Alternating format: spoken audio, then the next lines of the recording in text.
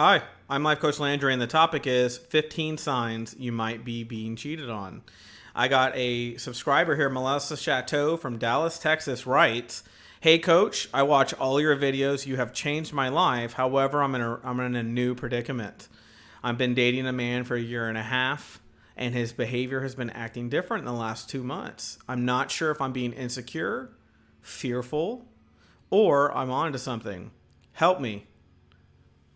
Okay, well, that's pretty clear. So here's the deal. And she writes more out, but I'm gonna jump into some of the steps as I go.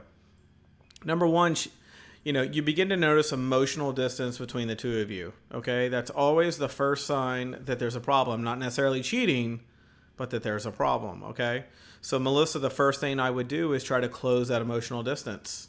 Okay, I would sit there and confront the issue and talk to him about how you feel and what's going on. And if you feel like he's not doing certain things, you need to ask for that commitment from him on those particular things. Okay.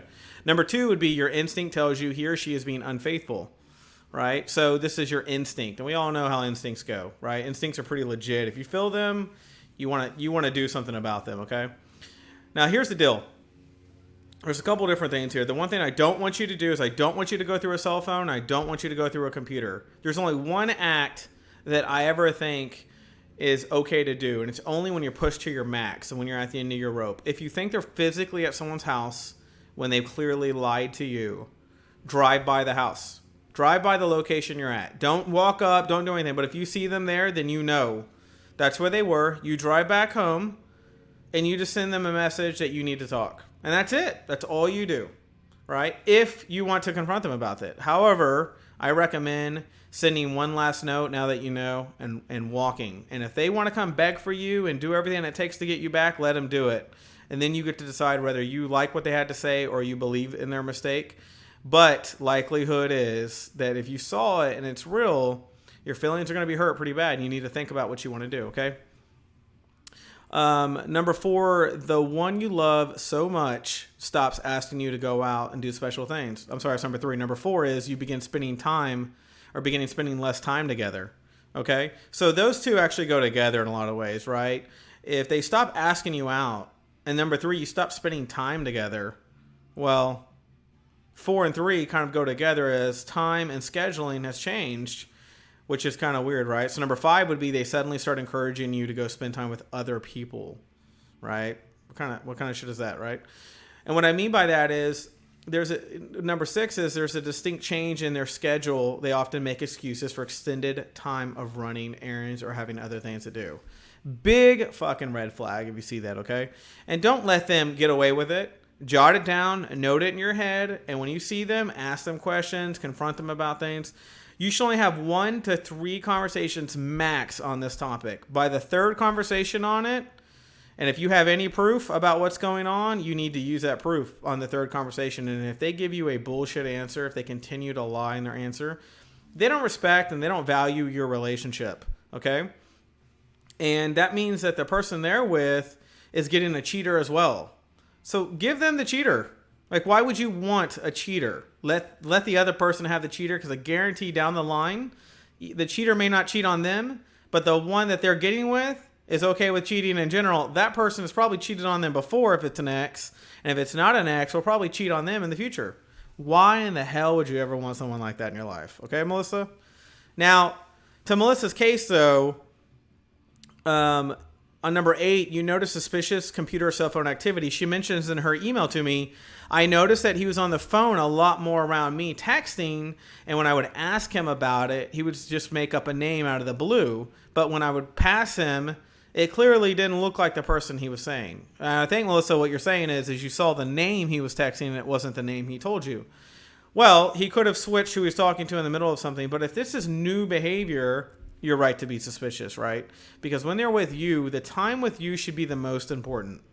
It doesn't mean that they shouldn't check their phone from time to time or whatever. Everybody does that. We live in that kind of age. But if they're typing long paragraphs about stuff, then you know what? That shows just a lack of respect, even if they're not cheating. Confront that. Number 10, he or she doesn't talk to you about all their deepest feelings. Again, if you met them and in the beginning they told you and talked to you about all their feelings, all of a sudden, it's not being talked about anymore, and all of a sudden they seem distant about things, fucking red flag, okay?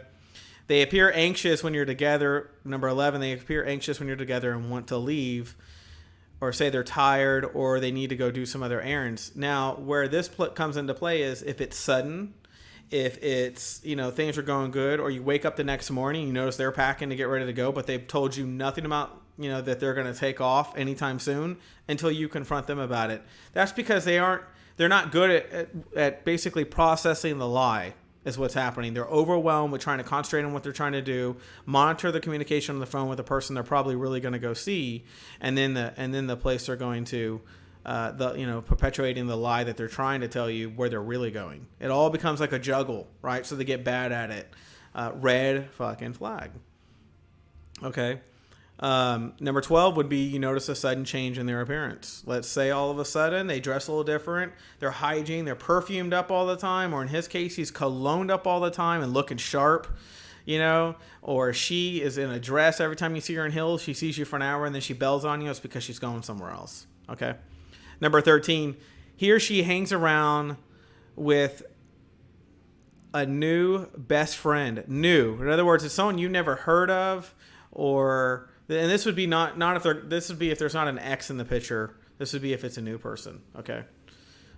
He or she begins to increasingly become critical of you and blames you for things they didn't blame you before. Let's say you get into a fight and all of a sudden they're more sensitive to things that you said in the past. All right. So if you say something, they run with it. They turn it into something bigger than it is. And they write you a paragraph back. I didn't like the way you talked to me or whatnot. That's because they're going through an emotional change of they're trying to devalue you on purpose so that the other person can now look better to them because they know they're doing something wrong. You got to remember, all this is fear, insecurity, wrong turns, and cheating mentality, right? And cheaters always make lots of mistakes because lies are bad. And if you're getting with someone on a lie, if it's all being perpetuated by a giant lie, that relationship's going to fail anyways. You shouldn't be worried about where they're going because you don't want to be with a person that doesn't value your relationship, like they should. If you're a good catch, don't sweat people who can't realize what you are. Okay. And if fear and insecurity, or if y'all getting in one fight and that makes them want to run to someone else, that's not a relationship, right? That's a person who's broken. And that's a person who, if it's a woman, means she has daddy issues. She's insecure. Her life is ruled by fear. If it's a man that's doing these type of things, it's because, he probably, let's say it's an ex. So if it was an ex, and you guys were dating, you broke up for a reason. And it's in your past, but for some reason you think going back to it, things are going to be better. They will in the beginning because everything is better with rose-colored glasses. We tend to do that as humans. We forget all the bad shit someone did to us. And then you go back into it. And it's going to take 6 to 7 months for everything to resurface, but it does. And then that's the one thing they do. They show back up to talk to you because all the shit that they thought would work out failed. Okay? A good example is I coached somebody one time, and this guy was stalking her and harassing her after they broke up, and she was trying to move on with her life and meet other people, and she eventually gave in to the harassment. And this is probably, I don't know, 3 or 4 years ago, and the guy lived out in California, and he got her to even move out there with him. And what happened? About 8 months into being together again, he cheated on her again, but it was totally different what he did. So the first time they were dating, he cheated on her. Just kind of, she caught him one day and it just happened because he was feeling emotionally empty. He thought, she had hurt his feelings. So his way to fix it was to go see somebody else. Wrong fucking move. If you're dating someone, don't ever turn to someone else because your feelings get hurt. You'll regret that decision, guaranteed. But when she moved out there on the second time, he didn't do it the same way. It was a girl at work where it was hidden and she could never get visibility into it. And what happened is, eventually, another person saw him flirting with her and told her about it. That's the only way she found out because someone turned him in. And that typically when men cheat once, they'll still cheat, but they'll cheat differently and they'll be much more cautious and they'll do it way more down the road when it happens again. So, Melissa, my advice to you is, number one, don't ignore the warning signs. The above indicators that I've given you and everything that I've said in this video usually aren't isolated events. These are all in combination. You can put it all together and kind of see where they're going. Now, what I would say is suspicion is never enough alone. You must always have proof. And proof is not proof, that you got to glance at something, or let's say an ex-stalker keeps hitting you up and whatnot, you need to know for yourself. And the way you're going to know for yourself is to either catch them in the act or have a conversation with them when you know they're lying to you. Your instinct tells you they're lying and whatnot. Be aware that you can't always trust your gut feelings. Sometimes it's just jealousy, and jealousy does conquer us sometimes. I think what makes a good relationship is just straight up honesty. Okay. You cannot lie to the other person, or cheat, period, in a relationship. Okay. And if that's happened at one point and you dated 2 or 3 years and there was cheating going on, it is over. The only relationships that ever survive cheating are those that are around a year old. And that's because they're still new enough where there could be some misunderstandings, or there could be something that happened that it wasn't seen the same, or it's still new enough where it can take a hit and rebound. But once you've been with someone for a long period of time, they've cheated on you, getting back with them is usually out of fear, insecurity, and rose-colored glasses, and it's going to fail. And it takes time for it to resurface again, but it always does. I've coached so many people that have ended up with an ex only to write me back and say they should have listened to my advice, okay?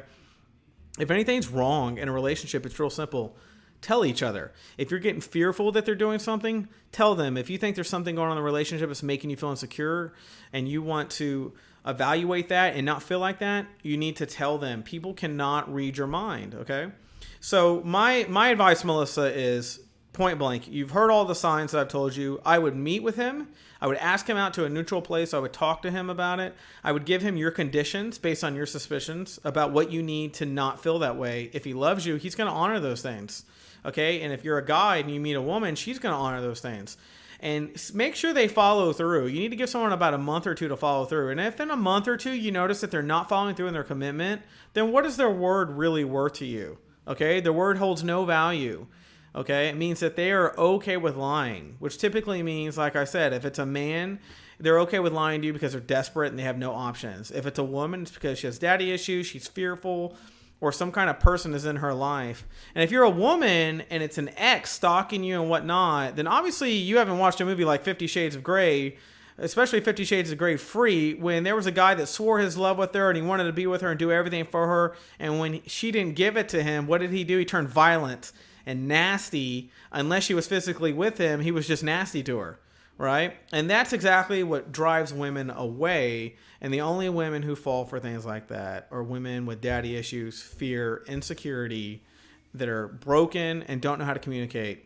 And if it's a man doing it to you, then it's a man who's unsure of himself, who's run out of options, who is trying to probably date another woman. And when she's starting to fall or it's not starting to work out, you'll notice all of a sudden he'll be really, really sweet to you and swear he'll do anything for you. Okay?